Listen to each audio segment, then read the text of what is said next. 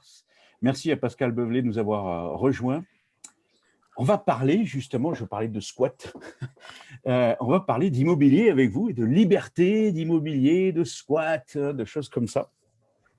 Pascal Beuvelet, vous êtes un entrepreneur, vous êtes dans l'immobilier depuis des années, vous êtes un entrepreneur et je crois que c'est de famille, d'après ce que j'avais compris. De père en fils, on est entrepreneur dans votre famille.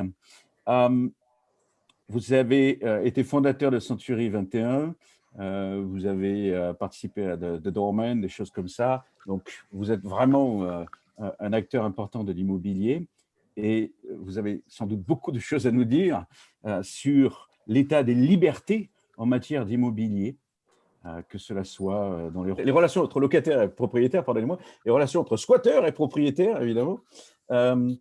J'aimerais vous poser des questions aussi, puisque vous avez l'habitude, vous êtes entrepreneur dans l'immobilier, vous développez des projets immobiliers, donc vous avez l'habitude des relations avec les mairies, et donc j'imagine tout ce qui est PLU, SCOT, vous avez sans doute beaucoup de choses à nous dire.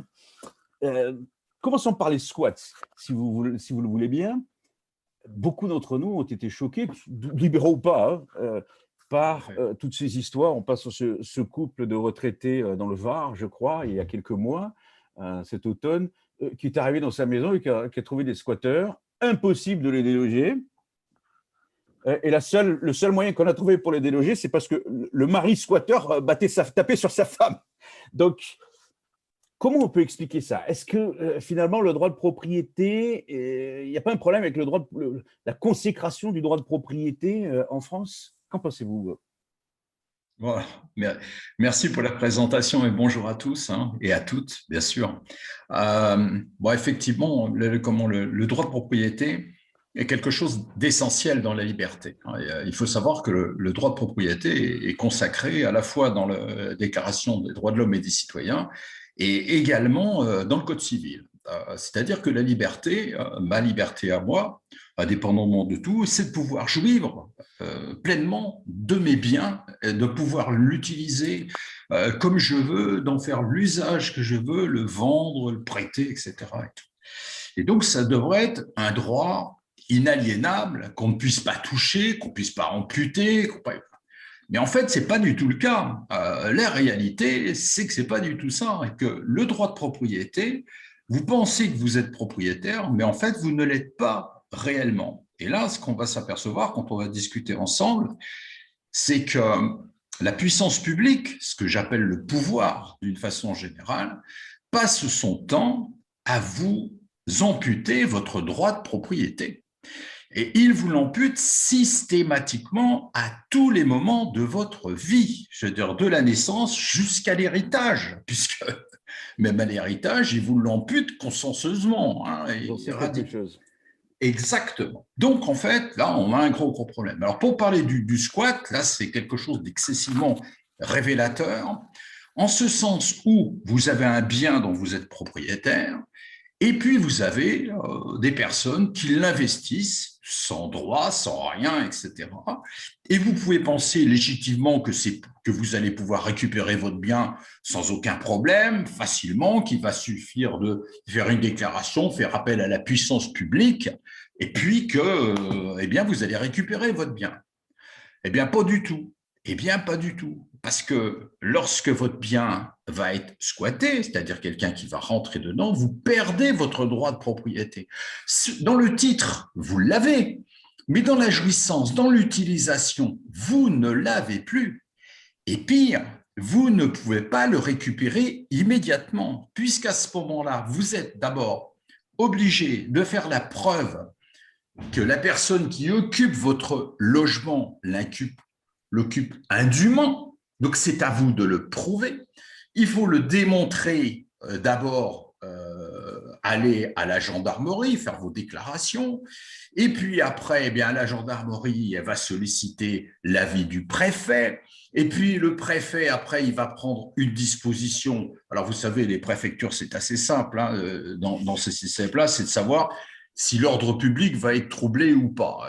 Donc là, comme vraisemblablement il y a des squatteurs, il y a un climat conflictuel, il y a de fortes chances que l'ordre public va être perturbé et donc la gendarmerie n'interviendra pas Si vous direct. intervenez, je crie et je réveille tout le voisinage à 2 heures du matin. Exactement, et puis je crée un conflit, etc. Donc en fait, là, vous êtes, en fait, vous propriétaire, quelqu'un vous a pris votre droit de propriété et il vous empêche toute réaction. Vous pouvez pas, vous pouvez même pas, vous pouvez surtout pas vous faire justice vous-même. Parce que figurez-vous que si vous faites justice vous-même, vous serez condamné. Et que les condamnations qui sont portées à celui qui voudrait se faire justice lui-même sont plus lourdes que celles qu'encourt l'occupant sans titre.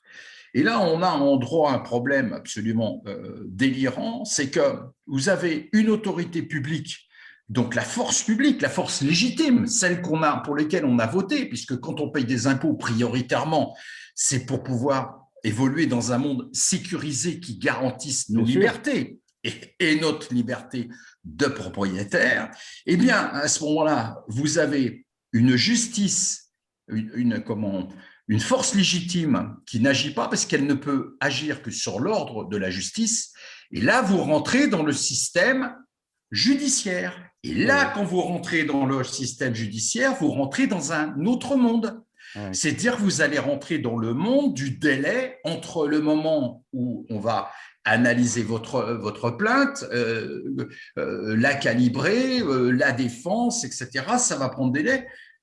Ceux qui squattent, la plupart du temps, contrairement à ce qu'on pense, ils maîtrisent parfaitement ces droits-là. Ils maîtrisent parfaitement toutes les trous qu'il y a dans la raquette. Hein. C'est une question qui est très importante. Avant de revenir dessus, je veux rappeler à notre auditoire qu'il faut utiliser le hashtag Fête de la Liberté. S'ils peuvent le partager sur Twitter, c'est magnifique. On aura encore plus de gens qui nous suivent. Si vous voulez poser des questions pour les sessions que je modère, vous pouvez le faire sur Facebook, sur la page La Fête de la Liberté sur Facebook. Vous postez votre question en haut. On passait avant par Twitter, là, on change un peu. On fait jouer la concurrence, voyez-vous. Donc, faites la Fête de la Liberté sur Facebook et vous posez vos questions dans les commentaires. Et Pascal Beublé, il répondra à la fin de son intervention. Enfin, s'il y en a beaucoup, évidemment, vous répondrez à ce qui est possible dans le temps imparti. Cette connaissance du droit. Alors, moi, j'ai eu l'impression que, je voudrais avoir votre avis là-dessus, le droit de propriété en France, il entre en conflit avec un autre droit qui est aussi constitutionnalisé, c'est le droit au logement. Et le droit au logement, et souvent on défend les squatteurs sur la base du droit au logement. Mais évidemment, le droit au logement, ça serait une obligation qu'a la société à l'égard de gens qui doivent se loger. Et là, malheureusement, la société ou l'État, donc, qui représente la société, reporte cette obligation, si vous voulez, sur des propriétaires privés. Alors, est-ce qu'il n'y a pas un problème Alors, vous savez, tout le problème qu'on a en France, hein, c'est d'une façon générale, et l'immobilier est en plein dedans, c'est qu'en fait, le pouvoir, je dis toujours le pouvoir, hein, je ne dis pas le gouvernement, mais je dis le pouvoir, mais ça, c'est c'est mon jargon, hein, pardonnez-moi, mais parce que je considère que c'est une réalité, que c'est un pouvoir. Si vous voulez, il se mêle de tout. Donc, il se mêle de tout dans votre vie et tout le temps. Et il se mêle également d'immobilier au titre du logement. C'est-à-dire qu'en fait, il s'est investi du droit que ça serait nécessaire, qu'il devrait systématiquement fournir des logements à tout le monde. Donc, en fait, il investit dans des logements sociaux avec un certain nombre d'impositions. Là, on pourrait parler de la loi SRU, par exemple, qui est quand même très, très intéressante, qui dit qu'il y a un gouvernement qui dit maintenant que dans toutes les communes de plus de tant d'habitants, il doit y avoir 25% de logements sociaux. Vous voyez ce que je veux dire? Donc, en fait, déjà, et là, avec toutes les conséquences qu'il va y avoir derrière, parce que si vous voulez faire des logements sociaux dans des communes qui n'ont pas de propriété foncière, par exemple, ben, le seul moyen qu'il y a pour avoir des propriétés foncières, ben, c'est quoi? C'est la spoliation, c'est-à-dire la préemption. C'est de préempter. Je veux dire, en tant que professionnel de l'immobilier, en ce moment, j'ai 2 terrains qui sont susceptibles d'être préemptés par des communes pour faire des opérations social. Je n'ai pas discuté du fait, mais vous voyez bien l'atteinte au droit au droit de propriété.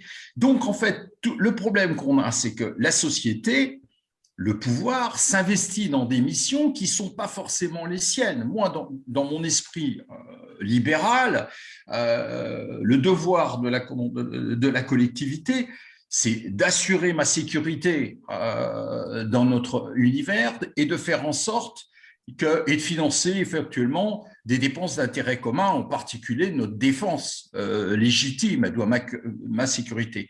Mais je ne lui demande pas de fournir des logements, je ne lui demande pas de s'occuper forcément de la santé, je ne lui demande pas forcément de s'occuper de l'éducation, ce qu'elle fait en permanence et qu'elle fait encore plus dans l'immobilier. Voilà, donc là c'est comment l'atteinte au droit et à la liberté individuelle, il se manifeste, mais c'est quotidien, alors à tous les niveaux. Moi, justement, cette idée-là qui m'intéressait, que vous aviez commencé à évoquer, puis je vous ai coupé, pardonnez-moi, c'est cette idée que les squatteurs connaissent leurs droits au pluriel. Et donc, en relation avec cette autre idée que le droit de propriété rentre en conflit avec le droit au logement, si vous voulez, ce qu'il y a de magnifique dans une société de droit de propriété, c'est que les droits de propriété ne se gênent pas les uns les autres. Il y a une espèce de coordination sociale. Alors que dans le cas du droit au logement, le droit au logement va véritablement créer un conflit de droits. Il n'y aura plus cette compossibilité des droits comme avec les droits de propriété. Et il se trouve que, comme vous le disiez, tous ces gens qui squattent, etc., connaissent parfaitement leurs droits. Donc, ce qu'il y a de vicieux là derrière, c'est que ce sont des politiques où on protège les squatteurs, les locataires, on pourra parler des locataires aussi, enfin les locataires indésirables, des politiques qui partent de bonnes intentions pour protéger celui qui est perçu comme le plus faible, c'est-à-dire celui qui n'est pas propriétaire. Évidemment, en France, le propriétaire, ça va être un capitaliste, c'est le puissant, bon. Alors, je crois qu'on a plus de 50 ou 55% de propriétaires dans ce pays. Donc bon. Mais l'idée ici, c'est que, en fait, ceux qu'on détermine comme étant les plus faibles sont en fait pas si faibles que ça. Ils vont détourner la loi à leur profit. Ce n'est pas des gentils, finalement. C'est ça qui devrait alerter les gens, alors souvent à gauche d'ailleurs, qui pensent protéger le plus faible. En fait, ils vont protéger celui qui calcule de manière vicieuse. Et ça me pose problème parce que on rentre dans un système de décivilisation, à mon avis. Je ne sais pas ce que vous en pensez. En fait, je dirais qu'en fait, pour le droit au logement, alors vous savez, en tant que libéral, les valeurs humanitaires sont prépondérantes. Il n'est de richesse que d'homme. Et la première des choses, la plus petite minorité, c'est l'individu. Et donc, celui-là, il faut en prendre soin. Le problème pour le droit au logement, c'est que dans bien des cas, c'est la nécessité qui guide les choix ou qui les impose naturellement. Donc, il y a des situations, c'est toujours ce qui est dit quand il y a une occupation qui est illégale ou contrainte, c'est j'y étais obligé, je ne pouvais pas faire autrement, je n'avais pas les moyens pour, etc. Mais ça se comprend. Et ça se comprend. Mais ceci dit, c'est pas pour autant qu'on peut penser que l'administration ou le pouvoir, d'une façon générale, va régler le problème. Il pourra pas le faire. Et pour moi, il y a beaucoup plus le privé et l'offre et la demande, la régulation du marché permet de le faire beaucoup plus facilement que quand est-ce que c'est imposé. Alors, sur le plan de la connaissance des lois et de l'utilisation pour nuire, dans un cas précis comme celui-là, oui, ça existe. Vous savez très bien qu'il y a des sites qui existent et qui donnent les clés. Bon, mais alors d'un autre côté, c'est la liberté. Je veux dire, la liberté de le publier n'est pas discutable. La liberté de le mettre sur la presse, et voilà. de le communiquer, ça existe. Mais il n'empêche que ces moyens-là existent. Il n'y a pas de problème. Vous savez que vous rentrez dans une maison, vous allez justifier que là, qu'est-ce que vous faites? D'abord, vous pouvez mettre le compteur d'électricité à votre nom. Alors, je vous signale que mettre un compteur d'électricité à votre nom, ça prend 10 minutes au téléphone. Rien d'autre. Et donc, vous pouvez dire quelqu'un, mais dit non, le compteur est à mon nom. Et dire que j'occupe, je peux me faire livrer des pizzas par X, Y ou Z à domicile. J'ai les factures et je dis que je me fais… Vous voyez ce que je veux dire? Et après, vous, à se battre contre ça. Donc, effectivement, la liberté, elle pose plein de contraintes. Elle pose contraintes parce que c'est bien pour ceux qui l'utilisent bien et puis c'est nocif par l'utilisation qu'en font ceux qui veulent s'en servir uniquement dans leur intérêt et contre les autres. C'est sûr. On revient justement à cette idée que vous venez de développer tout à l'heure, que le marché, très souvent, développe des solutions pour les gens qui ont peu de moyens. Et sans avoir finalement un recours à la coercition de lois comme on a en France. Mais le marché peut-il véritablement fonctionner quand il est complètement contraint, surtout du côté de l'offre, par tout un tas de réglementations, telles que les plans locaux d'urbanisme, tels que les SCOT, les schémas de cohérence territoriale, qui finalement vont créer la rareté foncière. Alors, on peut défendre évidemment la rareté foncière sur certaines bases, mais l'impression que j'ai, je ne suis pas spécialiste, mais l'impression que j'ai, c'est que dans certaines villes, on a créé une rareté foncière totalement ahurissante, qui fait bien évidemment flamber les prix. Et du coup, on peut difficilement critiquer le marché et ne pas fonctionner, parce que c'est là le politique, en fait, qui réduit le potentiel du marché. Dans votre activité professionnelle, comment vous arrivez, vous touchez ça du doigt, j'imagine, tous les jours. Comment vous le vivez, vous, ces contraintes foncières? D'abord, ce qu'il faut savoir, c'est que l'urbanisme est politique. Donc, ce n'est pas la peine de discuter. Alors, comment on parle d'électorat, un maire, une équipe municipale, quand elle est élue, elle veut conserver son électorat.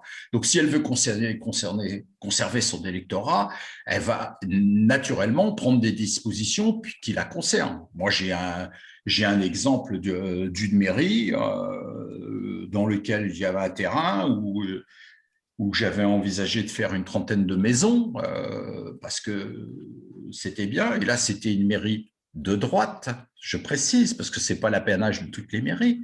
Et ce maire de droite me dit, Monsieur Beuvelet, ne me faites pas 30 maisons à 300 000 euros, mais faites-moi 10 à 900 000, parce qu'il ne veut pas changer son électorat.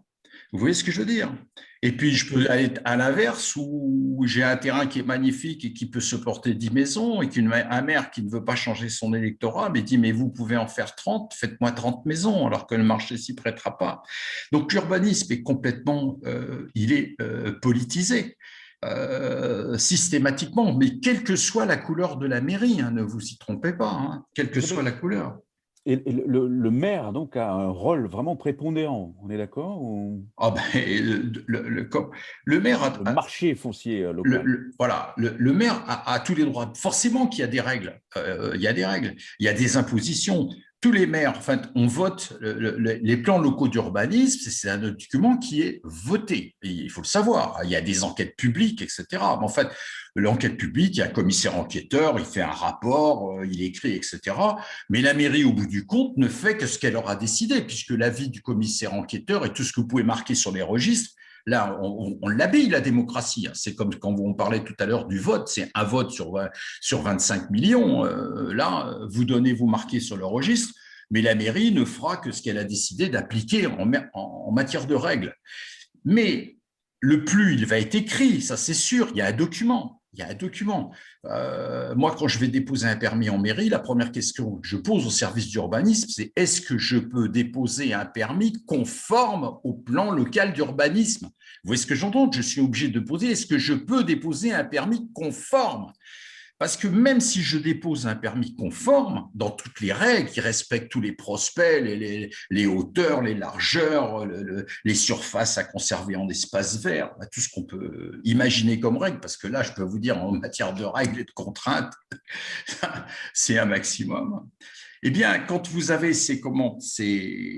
toutes ces réglementations qui arrivent, vous faites votre permis de construire, mais vous n'êtes absolument pas sûr de l'avoir, parce que la mairie, elle peut remettre en cause les règles. Elle peut très bien dire la hauteur des fenêtres ne me convient pas, le truc.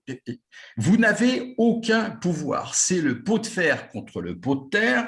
Et si vous voulez aller plus loin, vous irez au tribunal administratif. Et là, vous retomberez dans ce qu'on disait tout à l'heure, vous rentrez dans un processus judiciaire qui peut durer 2 ans, 3 ans, 4 ans.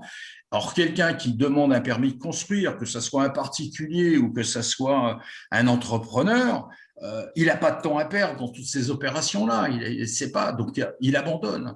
Et puis, vous avez, en plus des mairies, vous avez quelque chose qui est formidable, qui arrive et qui s'appelle l'architecte des bâtiments de France. Parce que vous pouvez également être dans une mairie, dans un territoire où je comprends, où il y a des ouvrages remarquables. Donc, si vous avez un ouvrage remarquable, vous avez un architecte des bâtiments de France qui est là pour faire attention que le patrimoine ne soit pas défiguré, etc. Alors, c'est le cas chez moi. J'habite dans le sud de la France et il se trouve qu'il y a un vieux bâtiment qui appartenait à un ancien académicien de l'autre côté de la colline. Oui. Qu'on ne voit pas du tout de chez moi, du bâtiment, on ne voit pas du tout ce qui se passe de chez moi, mais comme c'est à vol d'oiseau à 200 ou 250 mètres de chez moi, si je devais faire quelque chose, maintenant, il faut que je fasse toute une procédure compliquée. Enfin, c'est totalement… Tout à fait. ahurissant. Tout à fait.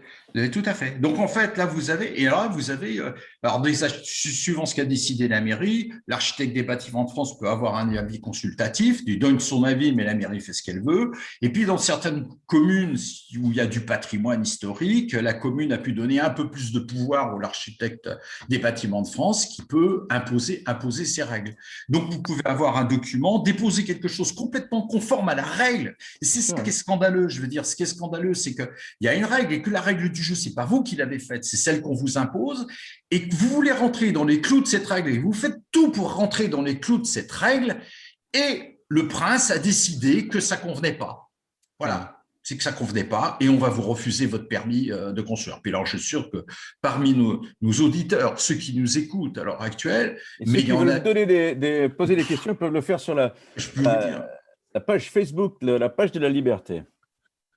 Donc là, toute la population est confrontée à ça. Il n'y a pas de mystère, que ce soit pour faire une véranda, une terrasse, etc. Mais en plus, c'est tellement confus. Je veux dire, c'est tellement confus. C'est-à-dire que le code de l'urbanisme est tellement délirant. C'est-à-dire en tant que code, plus des réglementations qui sont propres à chaque commune, plus des réglementations par zone à l'intérieur de la commune. Vous vous rendez compte ce qu'il faut absorber et de connaissances, etc., pour donner quelque chose et ne pas être hors jeu. Mais c'est absolument délirant. Enfin, je veux dire, là, d'un point de vue social, justement, on revient au social. Quand on complexifie les choses comme ça au niveau législatif, enfin, juridique, parler au sens large, eh bien, les gens les plus modestes, peut-être intellectuellement aussi, c'est très compliqué pour eux.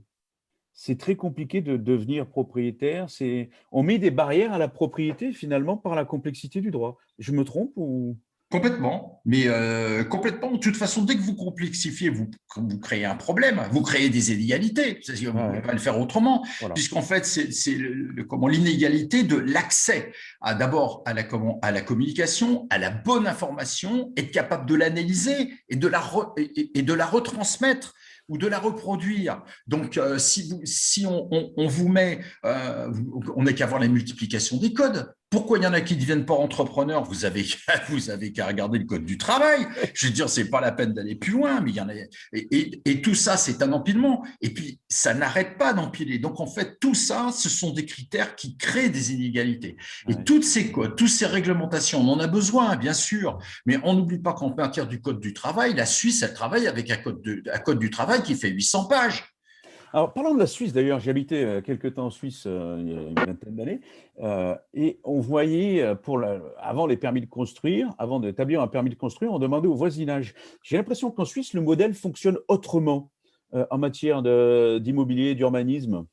Vous pouvez nous en dire un mot Oui, mais en fait, de toute façon, vous savez, je suis admiratif du système suisse. Hein.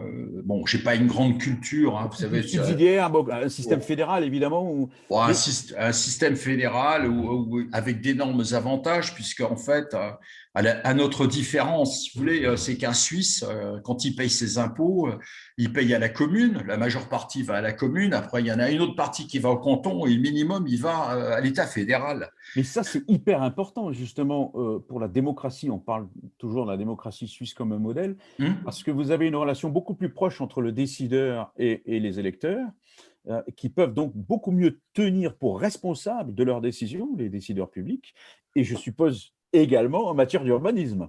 Mais bien sûr. Alors qu'en France, le système où il y a des financements croisés qui partent dans tous les sens, on ne sait pas qui est responsable de quoi. Et c'est peut-être d'ailleurs pour ça, pour faire le lien avec la conférence précédente de l'excellent François Facchini, qu'il y a une explosion de la dépense publique chez nous, parce qu'on n'arrive pas à la contrôler, il n'y a pas de moyen démocratique efficace de contrôler la dépense publique.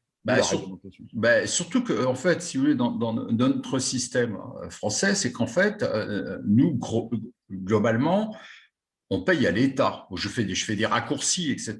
Mais il faut savoir que l'État, avant qu'il le redescende, il n'y a que des dépenses préciputaires. Hein. C'est-à-dire qu'en fait, qui se prélèvent à chaque fois, etc. Et en fait, il y a 100 qui va en haut et puis après, ça redescend. C'est du ruissellement. Bon, voilà. Donc, voilà. Et puis, entre-temps, il y a des nappes phréatiques qui bouffent.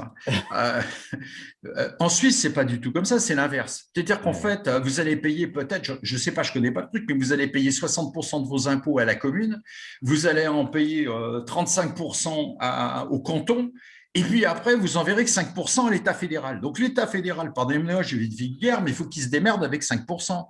Ouais. Donc ça va très très bien. Tandis que nous, il encaisse 100 et après, il redistribue. Ouais. Et le problème politique, c'est que au niveau, que ce soit régional ou au niveau communal, il faut faire le pan, il faut faire le beau pour obtenir des dotations, pour obtenir des subventions. Donc, ça rappelle le discours qu'il y avait de tout à fait avec François Facchini qui disait tout à l'heure, c'est qu'effectivement, là, vous avez forcément une corruption électorale qui se passe.